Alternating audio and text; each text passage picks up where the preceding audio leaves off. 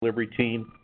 Before we get started, we have a few announcements we'd like to make.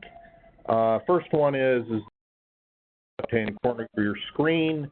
If you have a microphone, please click that, and that can put you on mute.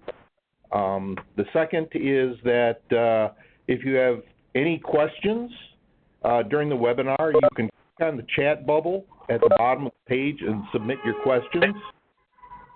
We will try to announce or answer these during the webcast, but if a fuller answer is needed or we run out of time, it will be answered later via email to you. We do capture all the questions. A copy of today's slide deck and additional material will be available and sent to you after the event. Also, this webinar is being recorded, and an on-demand version of the webcast will be available approximately 1 day after this webcast, and the link will be included in the follow-up.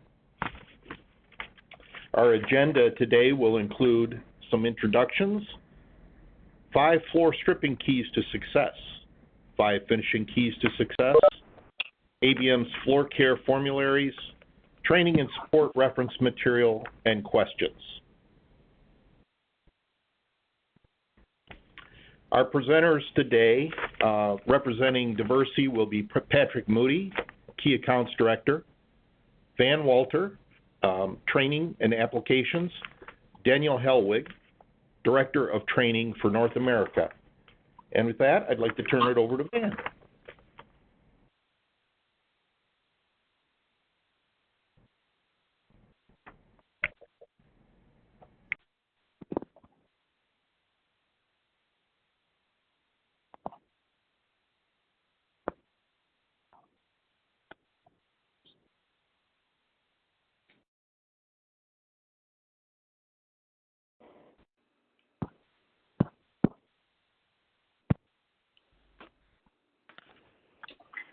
Hi, Van. We're not getting your audio.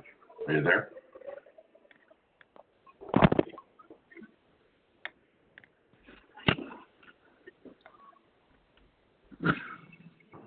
Rob, can you hear me? Yep, we can hear you now. Oh, okay. Thanks, Rob. Thanks, Gordon. And you know, one thing is for certain, and we realized that earlier this week when we went out to do a job at a local school.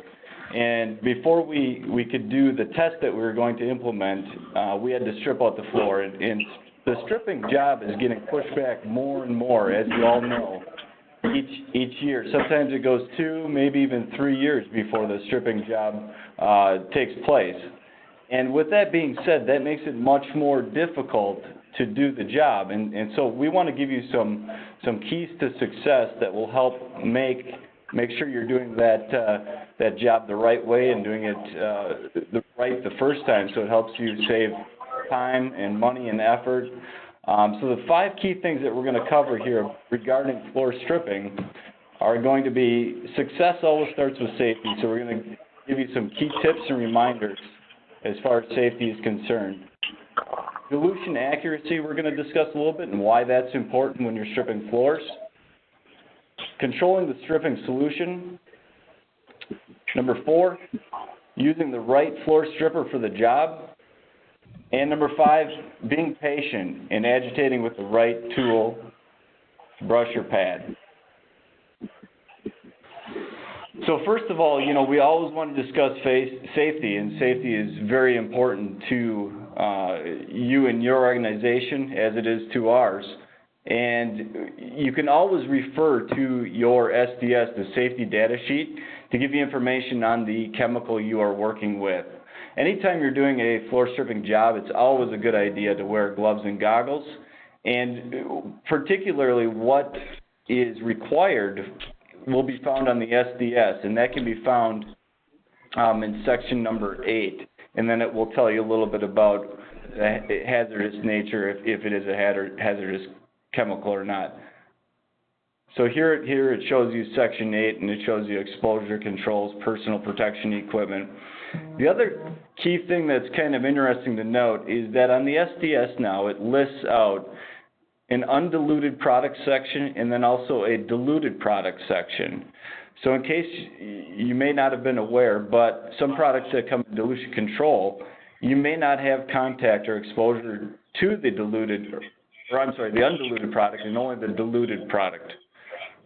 So you want to make sure you're referring to the right section in the SPS. But at any rate, you're going to always want to wear PPE, including goggles and hand protection gloves while you're doing a stripping job.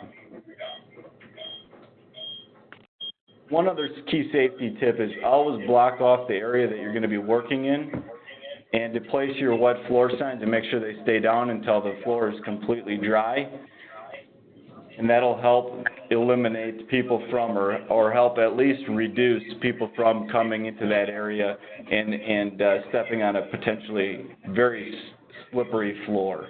Dan, that's a great point. This is Dan Helwig. I think it's also important if you have that safety tape to put up that as well, if that's an opportunity to you for, just isolating the area and of course, the wet floor signs as well. Thanks, Dan. One other key reminder is when you are stripping a floor and you lay floor stripper down, it is going to be extremely, extremely, extremely slippery. So that is where you need to take all the precautions that are necessary. And there are footwear, protective footwear available not only for the safety of if the floor stripper were to soak through your shoes, but then also there's pads that can go on the back of the foot or on the bottom of the footwear to help eliminate or reduce a hazardous slip falls situation and one where you might be taking a trip to the eye wash station or being rinsed off with water because you're covered in stripping solution. So that's always a key reminder is protect your feet and wear slip resistant shoes.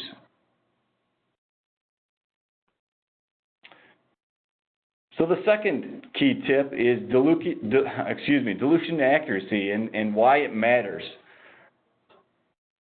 So most people think that more is better, and especially when it comes to stripping of floors. And in actuality, that could not be further from the truth. When you use too much concentrated stripper and you try to strip a floor, especially when there's a lot of coats of finish on the floor, it actually does not have enough water to finish the formula to emulsify the floor finish. So what you're left with is a big gooey mess that isn't emulsified enough to be removed, and it causes more problems. So sometimes we see people diluting it almost straight, sometimes 50-50, but in actuality, we always recommend check the label for the proper dilution rate. Typically, we would say 1 to 4 is great, 1 to 6 is fine too. 1 to 4 would equal 32 ounces per gallon, and 1 to 6 equals 21 ounces per gallon. Now, if you're a supervisor, it might be a good idea to actually set up a bucket that would be used solely for stripping for your team. And on that bucket, you can actually make marks inside the bucket that would show where it should be filled full of water and then where it should be filled full of stripping solution to kind of take some of the guesswork out of it for your team.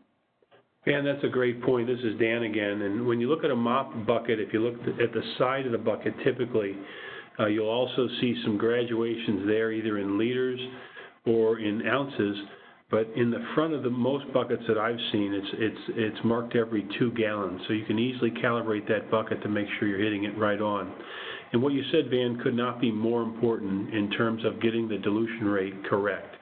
If you use our stripper too strong and you don't use enough water to activate it, it really does get into a gooey, slippery kind of a mess. And the only time that we've complained about floors not stripping, when we've done a lot of problem solving with that, we found that the solution was done in a too concentrated manner. So that's a great point that you've made. Yeah, and 2 other points that when we ask people, if you think you should add chemical first to the bucket And if you should add warm water versus cold water. Usually we hear that you should use hot water and that you add the chemical first, but actually it's the opposite on both. You should use cold water or cool water for all of our stripping solutions. The warm water, it doesn't help one bit, and even when you add hot water, by the time you actually get it out to the floor and apply it to the floor, it's not all that warm anyway. And then the other point being is if you add the water first and then the stripping solution, it will help cut down on foam being created in the bucket. And not only that, it's safer as well, because then the stripping solution won't splash up when you're filling it with water.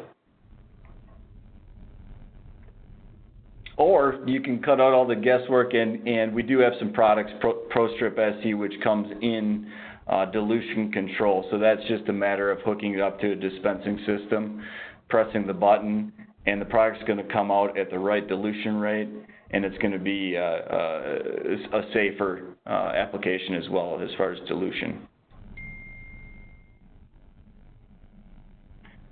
Control the stripping solution. This is also extremely important. And here you can see a picture that shows a rubber, some of that raised rubber that you see a lot in stairwells.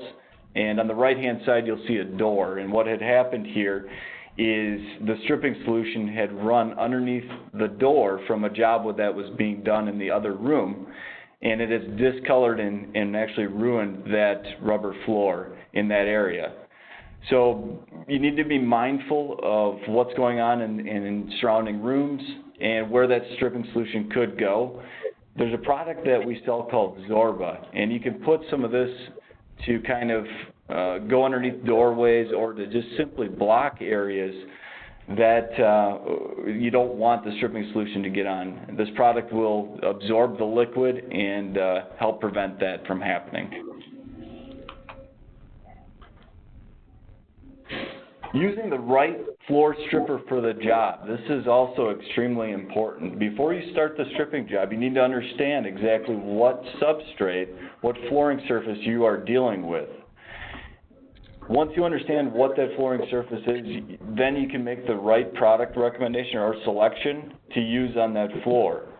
For instance, rubber and linoleum are two products or two substrates that are extremely sensitive to high alkalinity. Your standard stripping solutions are very high in alkaline. And if you use a standard product like a ProStrip on rubber or linoleum, it will damage that floor, and it will damage it to a point where you can't fix it. So, point being is, for substrates like that, there's a product called LinoSafe, which is for linoleum and rubber. And it is meant to remove the floor, the floor finish, but not damage the surface. So that's extremely important. But for most jobs that are on VCT, or those jobs that don't require a special stripper like LinoSafe that's for sensitive floors, your ProStrip will be the product of use.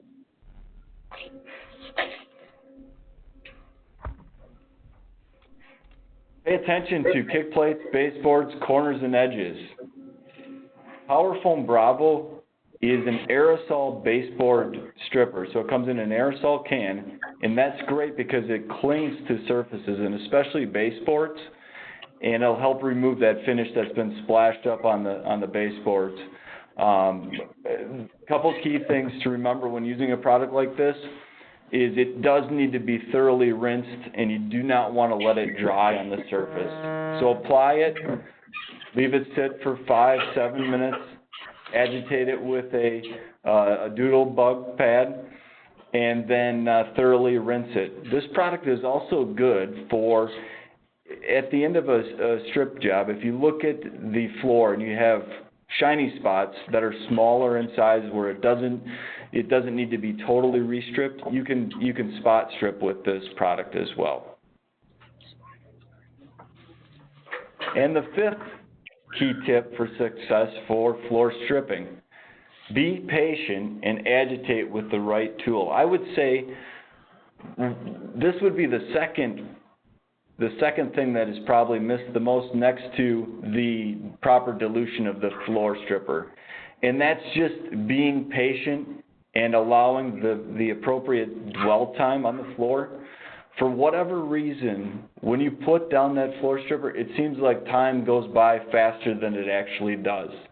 So set a watch and actually let it sit for the recommended time, which is typically around 10 minutes before you start scrubbing. During that 10 minutes, it's also extremely important to watch the floor, look for any areas that might be drying out, that might need more floor stripper applied, or just water would be fine to apply at that time too. Using the right pad is also extremely important. You can see here we have some pads on the screen that show less aggressive pads to more aggressive pads. Red pads are for daily cleaning, wouldn't be a good selection for stripping the floor. You have blue and green pads, which are typically for using or for deep scrubs, but some flooring manufacturers actually recommend them for stripping. So if you have a product that might be more prone to scratching or scratches as far as the flooring type, check the manufacturer recommendations and then use that appropriate pad. So blue or green pad might be what they recommend. Also for newly installed VCT floors, they also typically recommend blue or green pads for the first couple of years of installation. The next pad you'll see to the right is a 3M SPP pad. This pad is an excellent selection for deep scrub and recoating, but not a good selection for when you're stripping a floor because it is so thin, it will gum up with floor finish, and it won't be good to use after a few hundred square feet. So the ultimate pad to use would be something like a black pad, and the high pro pads are very good pads for stripping as long as it's not a substrate that's sensitive to a pad that's that aggressive in nature.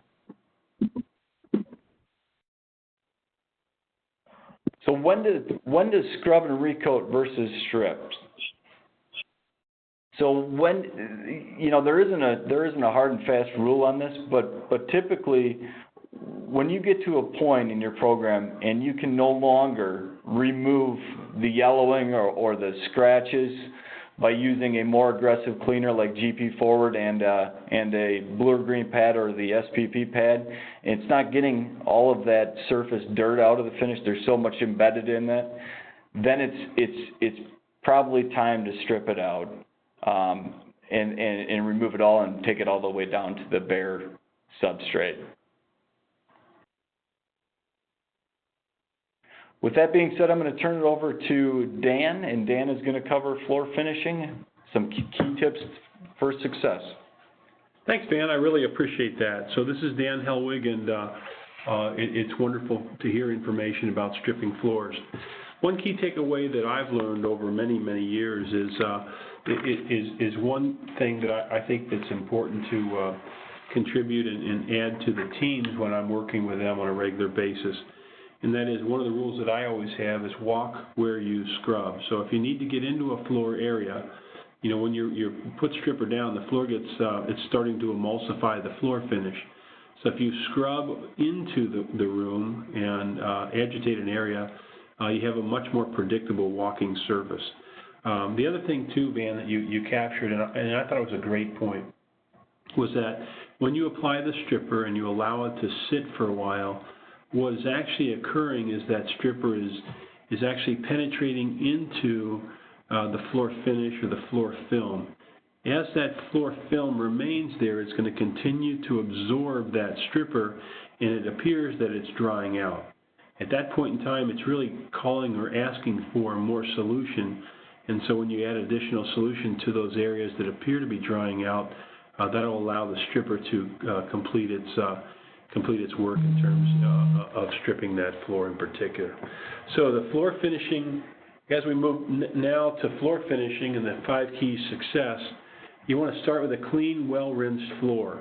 Again, from my perspective, the final step from my perspective is after the floor is dried and clean, I'll just take my hand and wipe it across the floor if I'm wearing gloves or what have you.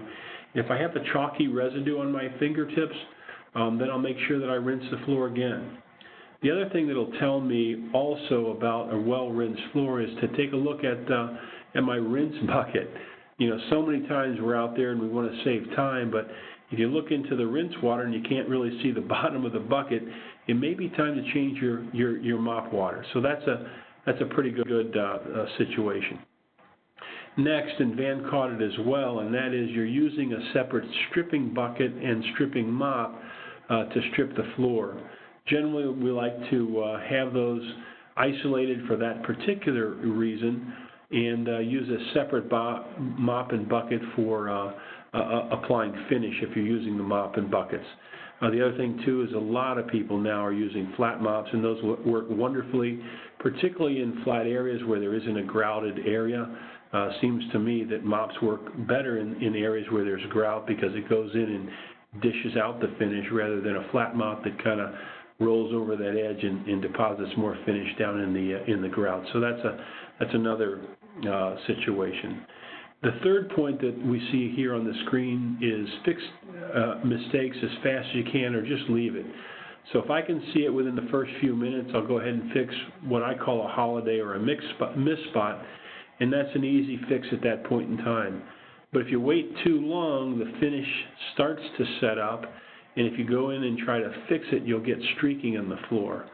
Much like at home when you're painting a wall or an outside of your home with an oil-based paint, if you get and you paint the first window and then you move on to the second window and someone else that's near you, like my wife, would point out that I've missed a spot on the first window, if I go back over it, the solvents in my solventated paint will actually put brush marks into that paint on the wall. Same thing is true with floors that have finish on them.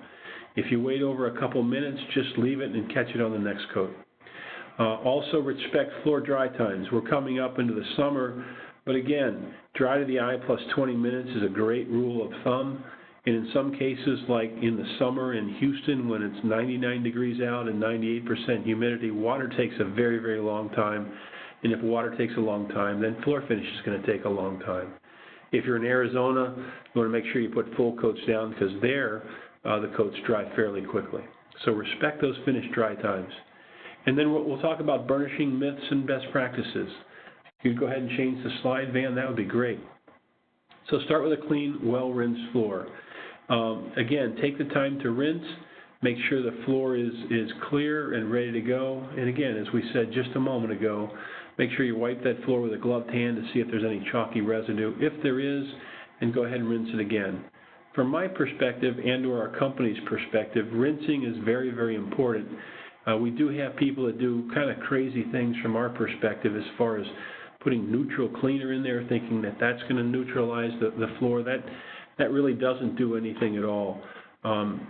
There are some rinse aids, neutralizers, conditioners, and things like that have been used. Again, not the greatest practice, but if you're going to use one of those, use it on the first rinse and make sure to remove that with the second rinse of fresh water. So you can make sure you're doing that correctly.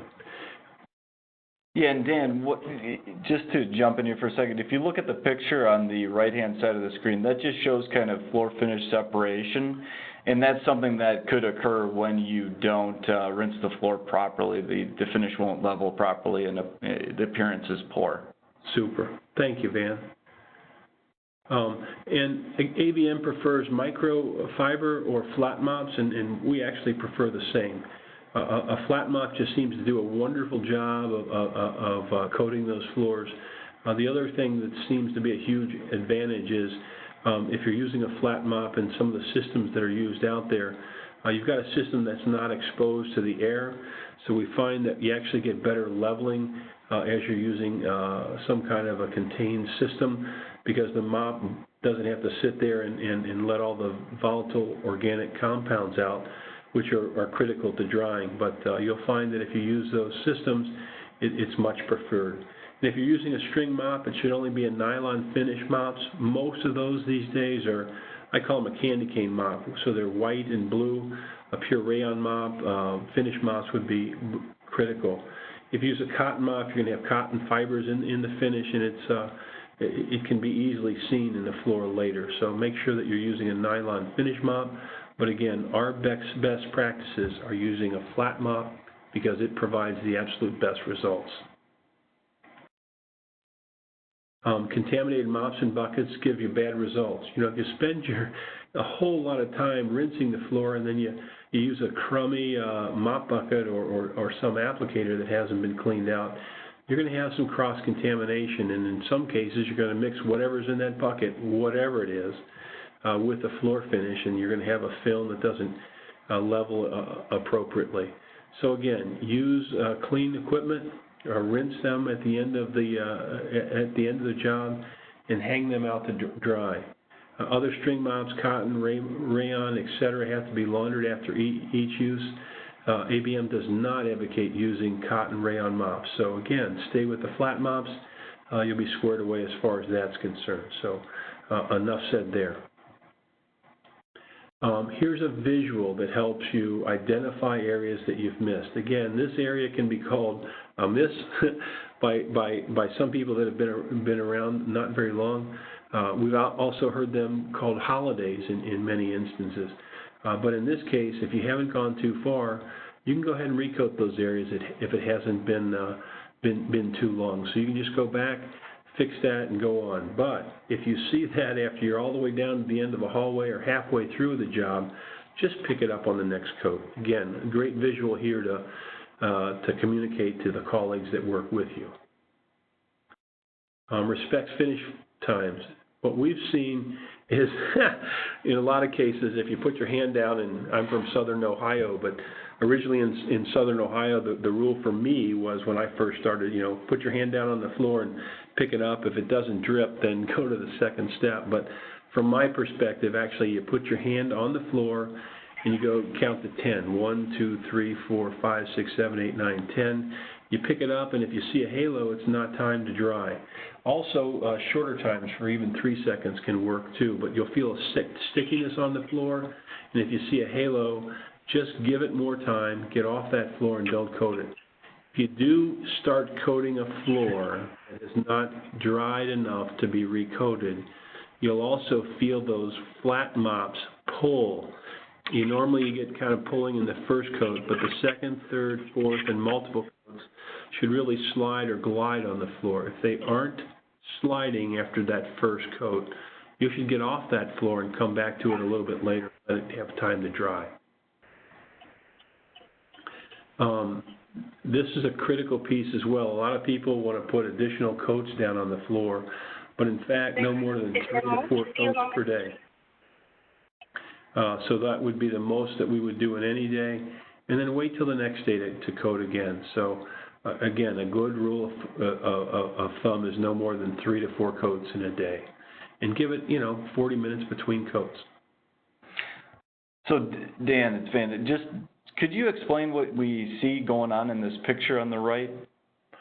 What happens, Van, in the picture going on the right is, if you think about it, the materials that you'll smell from a finish when you put it down, you'll smell the leveling agents. It has kind of an ammonia-like smell at some point in time.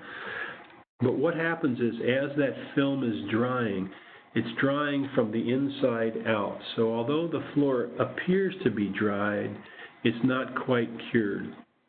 So the leveling agent, ammonia, which used to be used in stripping solutions, will actually go in and it'll bite into that floor and cause these streaks and pulls in the floor. The other huge issue with this is, once you get a floor that's streaked or you have the pulls in the floor, the only fix is to go back in, strip the whole floor completely down again, and then come back in and build up those coats. So it's really important to give that floor a chance to dry completely. If you step on it or get on it too early and you feel that flat mop pulling, or you hear your feet kind of popping on the floor or something like that where it's sticking to the floor, just get off of that thing, give it another 20 minutes to dry, and come back into it as soon as you can. we've seen this, and this is an extreme example, but we've actually had people putting fans on floor immediately after they dry. From our perspective, a floor film, floor finish, has to really settle, and the Diversity products are known for being the best levelers in the industry, so they do a superb job of that. But a lot of people in situations have to put a floor fan on the floor to try to get it to dry. It does a couple things, and none of them are really good, but most people put a fan right in front of the door and blow air into the room. And that generally happens in a situation where you blow a lot of dirt and lint and things like that to get into the floor finish, and that causes you some problems with coats. The other thing that's very, very prevalent is if you're trying to dry the floor, as you blow that fan on the floor, the edges still remain wet and don't get dry.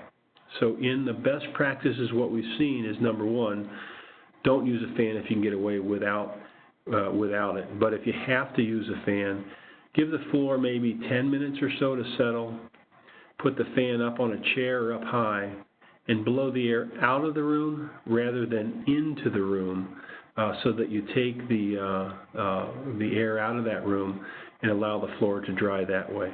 That's really the best practices that we've seen. Is that true for you, Van? Yeah, that sounds great. And we've heard some absolute horror stories from large jobs being finished, as far as finishing jobs, and then fans being used and pointed even up at the ceiling, but not checking the dust situation on the ceiling, and then blowing dust all over the fresh finish, and then they have to redo the job. Yeah, surf's up in this photo, but the surf's up and really drying in those ridges is not a good practice. Thanks. And again, floor finishes, floor films, there's another company that made floor coatings a number of years ago, and they had coatings that didn't level very well, so they put in a practice to burnish between coats because of their poor leveling. Really, burnishing a floor should not be done until really after 48 hours. It allows the floor to cure, to set up, and be really wet, ready to go. There's no need to burnish a floor. The dry bright gloss, which is the gloss that is present when it's first dried, is as shiny as it gets. As you get foot traffic, as you get walking on those floors, they'll get harder and harder over time. But the first day, you're reaching 80% of the total hardness for that floor film. But stay away from burnishing for about 48 hours. And then burnishing myths. Use the right finish for your equipment. So you can make anything look pretty good, but general rules of thumb are, if you have a softer finish, you would use a less aggressive pad. And that's the way you're going to actually get in to get the pop from that floor. Harder finishes, those finishes that are, finish and forget them, or finish for rooms and things like that don't require burnishing, if you ever have to get after those floors, then you need a slightly more aggressive floor. From my perspective, if you get on a floor and you're getting dusting and things like that, your finish is too aggressive.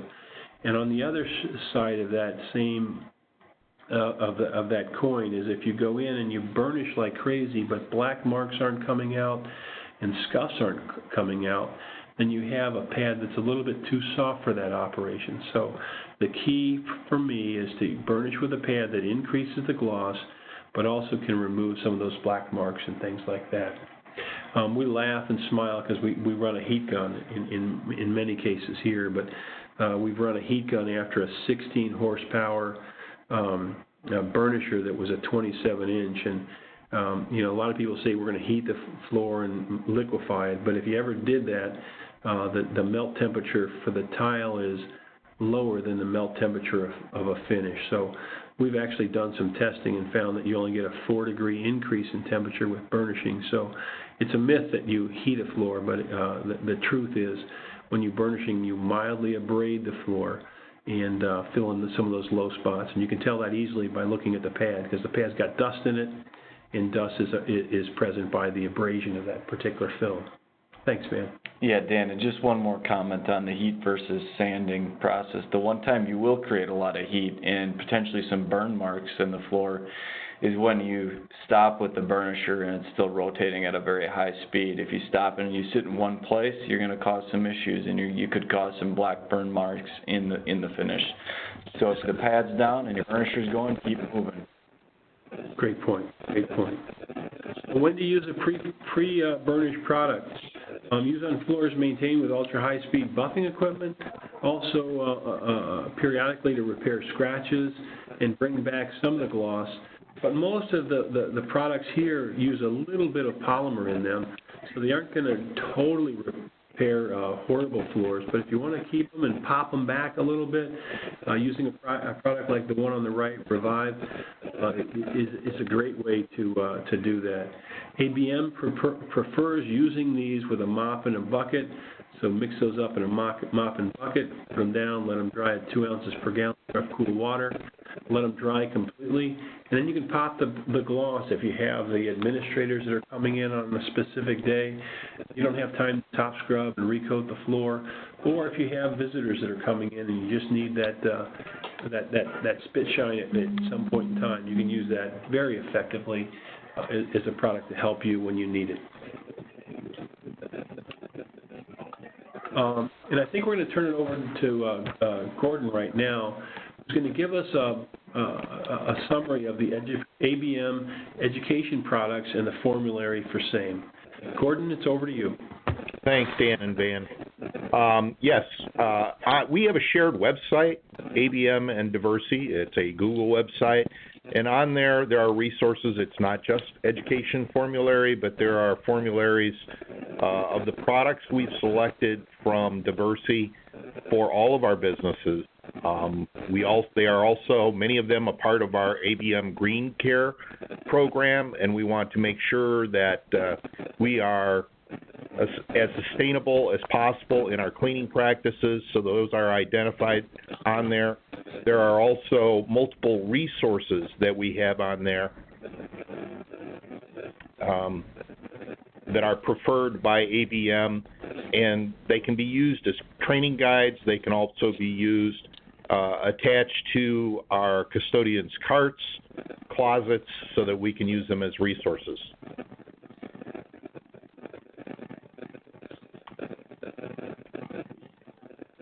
And here is the ABM Building Care product formulary. So again, it's not just education, but it's for all of our programs. We might have some slightly different products listed. So please use that resource, and as we move further in the slides, you'll see the website for those resources. And there we go. So if you go to this product formulary's website, and again, we will provide this for you one day from now, so you'll have access to the slides, and you can see what the website looks like. On the left-hand side is also got some additional resources as far as your local contacts with Diversity. And then you've got product formularies. We've also got a block below this, which is education services, and those would be training resources that are specific to that service industry.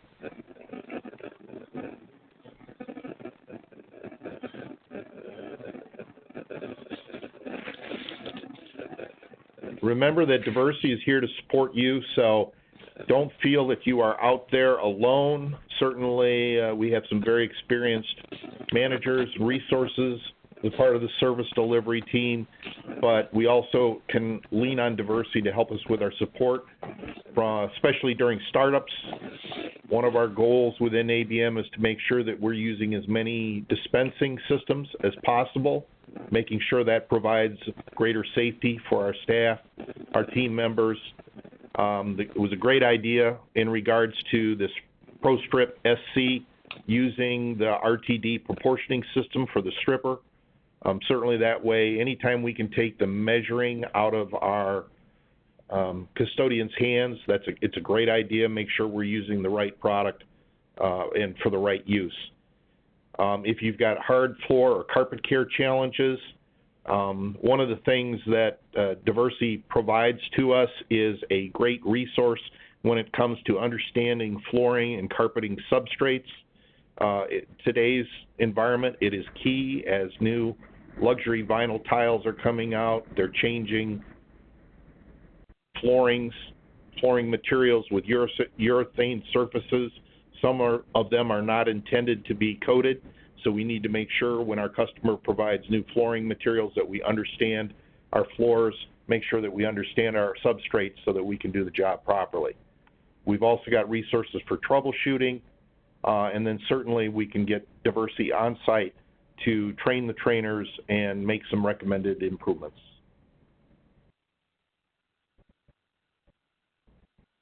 Again, here's another resource. It's on troubleshooting, and what it does is it uses a picture resource for you. You can actually go online, take a look, and see if that matches the difficulty that you're seeing in your floors, and use that as a resource.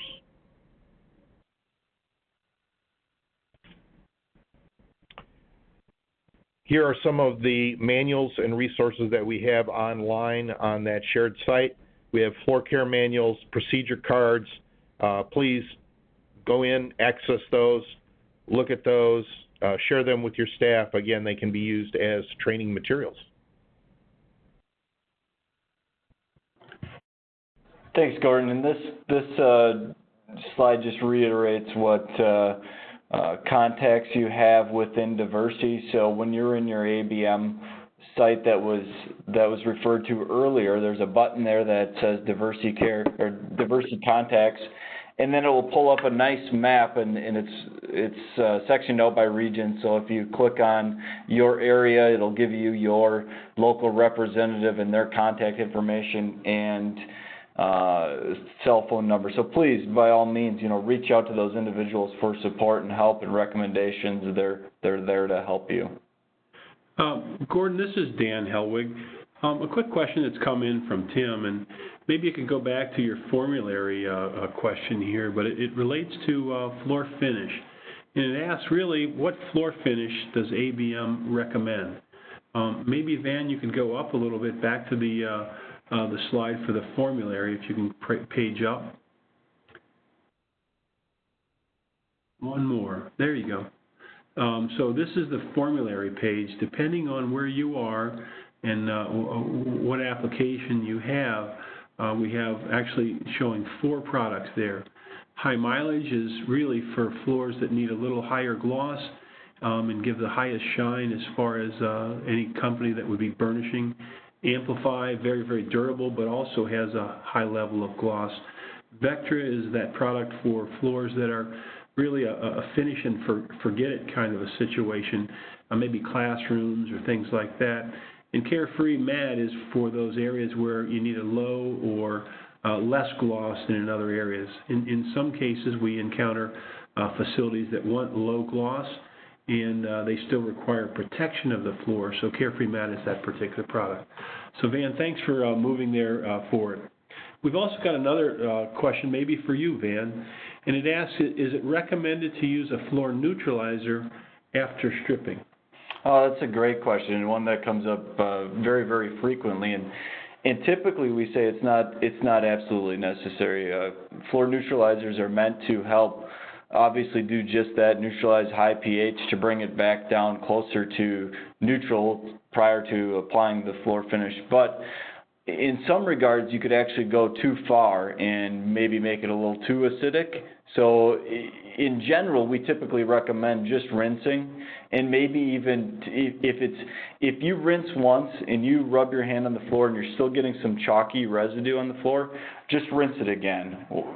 Once you rinse it thoroughly and you don't have any more chalky residue on your hand when you wipe your hand on the floor, then I think you're good to go. Really, we're getting ready to near the end of our particular program here, but there's another question that we also have, and I'll try to answer this, and Van, jump in if you'd like. Is there a product that will give a no-wax floor a high gloss shine? And I'll tell you that we really don't recommend a high gloss finish that goes on a no-wax floor.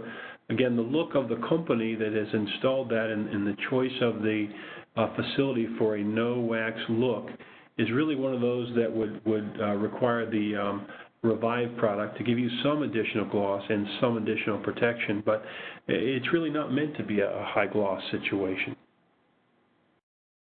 Yeah, the only thing I would add to that, Dan, is we do have a product called No Maintenance Flooring Emulsion that's more like a maintainer, and it serves no wax or those no maintenance type floors quite well, because it's a product that can be used periodically at 50-50 to be mopped on a couple coats, and it'll help restore some gloss to the floor. But it's by no means like a traditional floor finish, like your very high gloss, high mileage product like that. But the good thing about it is it also doesn't have to be stripped off the floor like a high mileage or traditional finish. Perfect. Well, that's all the questions that we have. Gordon, do you have any closing comments or anything that you'd like to end with, or should we start with a check your knowledge situation here, Van? Yeah, just real quick, just to recap a few key points here. Success always starts with safety. When stripping floors, is it best to use more product for better results? Use whatever product is available on site. Check the label, or use a stripping solution in dilution control. And it's check the label or use something that comes in dilution control would be the best. What type of mop should you use for floor finishing? Is it microfiber flat mop or nylon finish mop? Microfiber flat mop, cotton or rayon mop? Or C, any of the above? It is the flat mop and nylon finish mop. How many coats of floor finish can be applied per day? 2 to 3, no more than 4, no more than 5. And the answer again is no more than 4 we recommend in a day. With that being said, I'm going to turn it back over to Gordon for closing comments. Thank you, Van. Some great tips. Let me just respond a little bit about the no finish floors. There are a lot of them that are coming out in the industry. Most of these have a urethane coating from the manufacturer. They are not all created equal. Some manufacturers use an aluminum oxide. Some use a diamond additive to help with the durability.